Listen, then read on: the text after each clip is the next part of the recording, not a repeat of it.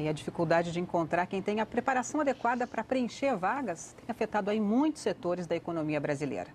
E a partir de hoje, o Jornal Nacional vai mostrar reportagens de José Roberto Burnier e Marco Antônio Gonçalves exatamente sobre esse problema. Estou falando do apagão de mão de obra qualificada. Pode não ter sido na velocidade da locomotiva chinesa, mas é fato.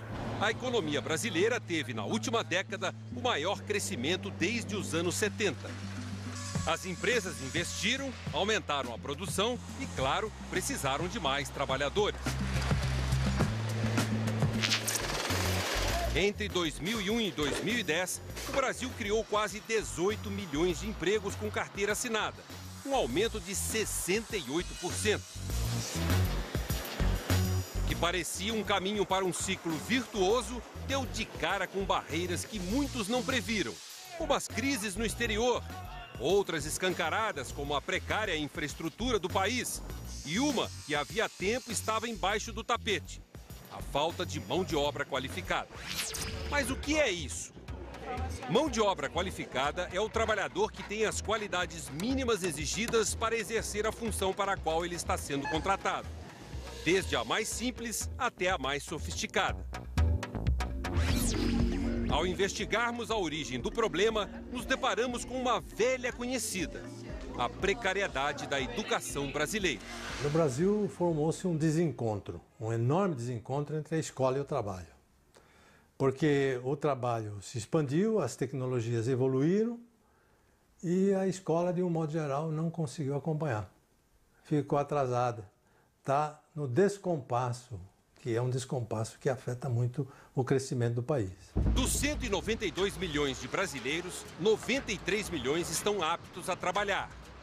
O descompasso a que o professor se refere está entre o que essas pessoas oferecem e o que o mercado de trabalho precisa. De acordo com a Organização Internacional do Trabalho, cerca de 90% dos novos empregos no Brasil com carteira assinada exigem pelo menos o ensino médio completo, o antigo colegial. Só que quase metade dos trabalhadores não completou nem o ensino fundamental, da primeira à oitava série. E 16% enquadravam-se na condição de analfabetos funcionais, aqueles que, embora consigam ler, não são capazes de interpretar textos ou fazer as operações matemáticas mais simples. Na fila do emprego, o descompasso entre a escola e o trabalho fica ainda mais evidente. Nós estamos aqui no centro de Manaus. Essa fila se forma desde as 4 da manhã, todos os dias, ao redor do Cine, que é o Sistema Nacional de Empregos do Ministério do Trabalho. Todas essas pessoas estão aqui atrás de emprego.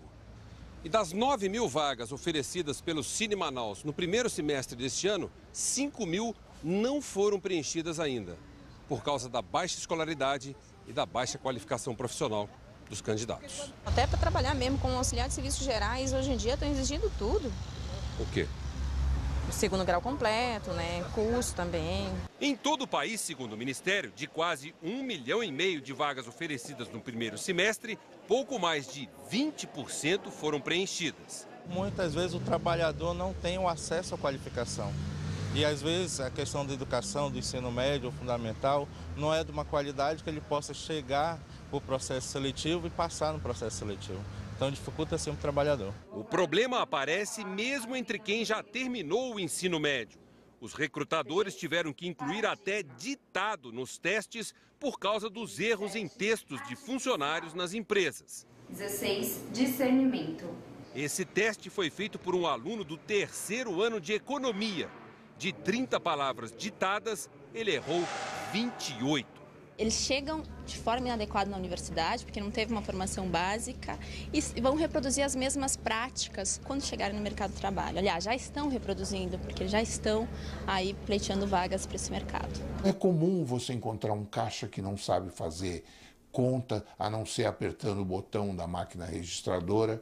É comum você encontrar alguém num call center que não sabe responder a terceira pergunta. Tamires, que disputa uma vaga de estagiária, estudou em escola pública. Como o ensino não foi bom, ela decidiu fazer cursinho para enfrentar o vestibular. O que era para ser uma recuperação das matérias virou um choque. 80% do material, do conhecimento que eu obtive durante o cursinho pré-vestibular, 80% era tudo coisa nova, tudo coisa que eu não aprendi na escola, no ensino fundamental e ensino médio. Trabalhador mal qualificado leva mais tempo para desempenhar as suas tarefas. A empresa gasta mais tempo e dinheiro para produzir. O produto fica mais caro e o Brasil vai ficando para trás na concorrência com outros países. Apesar de ser hoje a 6ª maior economia do mundo, o Brasil está na rabeira quando o assunto é produtividade. Estamos na posição 46 numa lista que tem 59 países. Quando se analisa somente a educação, o buraco fica ainda mais fundo. Somos o 54º. O mundo do trabalho não quer apenas canudo, apenas diploma. A escola de hoje ela ensina, na melhor das hipóteses, a passar no exame. Não ensina a pensar. E aí, o trabalho moderno exige o pensamento. Nós vivemos numa sociedade do conhecimento, em que se demanda muito mais neurônio do que músculo. A reportagem de amanhã aborda o nível de conhecimento dos candidatos a emprego que saem das universidades.